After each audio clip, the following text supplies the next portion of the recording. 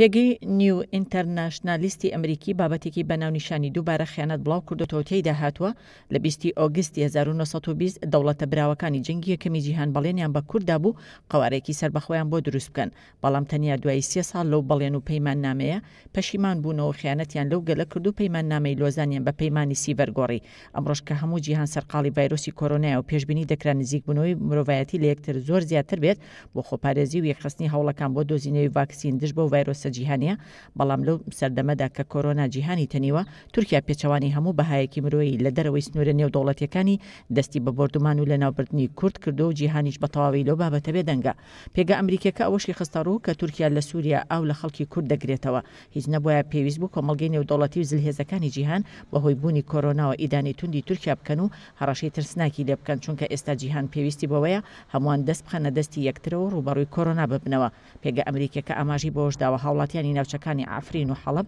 لە ترسی بردومانەکانی فڕۆکە جەنگیەکان و تۆپ هاوێژەکانی تورکیا ماڵ و حاڵی خۆیان جێهێشت و هەڵاتون و لە کەمپەکانی ئاوارەکاندا ژیان بەڕێ دەکەن و ئەوەشی خستە ڕوو زۆر قورسە لەو دوو ڕوویەی جیهان تێبگەین کاتێک کوردەکان سەنگەری پێشەوەی شەڕی تێرۆریستانیان گرت و لە هەموو لایەکەوە داعشیان تێکشکاند و سەرکەوتنی گەورەیان بەسەر ئەو گروپە تێرۆریستێدا تۆمار کرد و لێپرسراوانی جیهان بە پاڵەوانی مەزن و پارێزەری مرۆڤایەتی ناویان دەبردن، بەڵام لە کاتێکدا کە هێشتا ئەو پاڵەوانێتی کورد لەبیر نەچۆتەوە کەچی ئەوە چەند جارێکە جیهان بێدەنگ دەمێنێتەوە کاتێک جۆرەها تاوان دژ بە کورد ئەنجام دەدرێت. پێگەی نیو ئینتەرناشنالیست دەڵێت کۆمەڵگەی نێودەوڵەتی وڵاتانی زلهێز کاتێک پێویستیان بە کورد بوو بۆ شەڕکردن، هەرزوو ئەمریکا وڵاتان ڕاستە خۆچەکیان بە کورد دەگەیاند، بەڵام لە سەردەمی کۆرۆنا کۆمەکەکان لە ڕێی دیمەشق و بەغداوە دەگەیەندرێت بە میلەتی کورد، لە کاتێکدا ناوچەکانی کورد لە هەرێمی کوردستان و سووریا زۆرترین ئاواری تێدایە و پێویستی بە زۆرترین کۆمەکە.